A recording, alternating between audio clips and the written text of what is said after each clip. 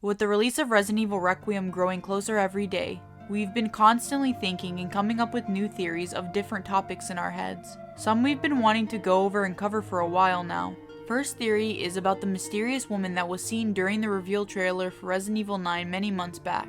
Here are some of our ideas as to who we think it could be. First being Mia Winters.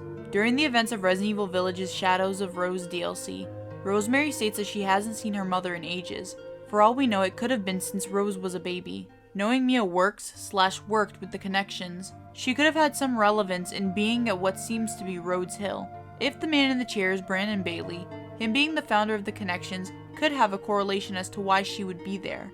Another being Zoe Baker. We know that Zoe became a reporter in New Orleans following the Baker incident. We've talked about how Zoe may have seeked out Alyssa and investigated into the things she tried to expose as well.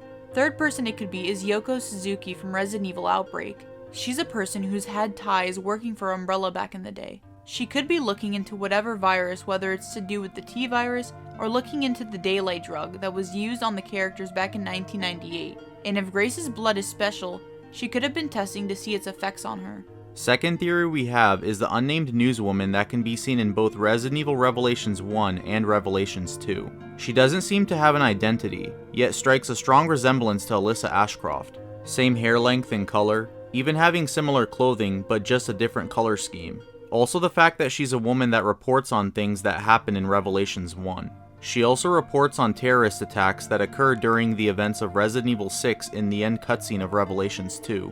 Alyssa being a reporter and looking oddly like the woman seen in the Revelations games doesn't seem too far-fetched. It would also make sense since Alyssa looked into the disappearances that happened in Dulvey, Louisiana during Resident Evil 7. Our third and last theory for this video is about Nathan Dempsey, Grace's superior. He was shown during the reveal for Resident Evil Requiem many months back. He could genuinely be a good guy, but what if he's a double agent of sorts, or has a secret agenda?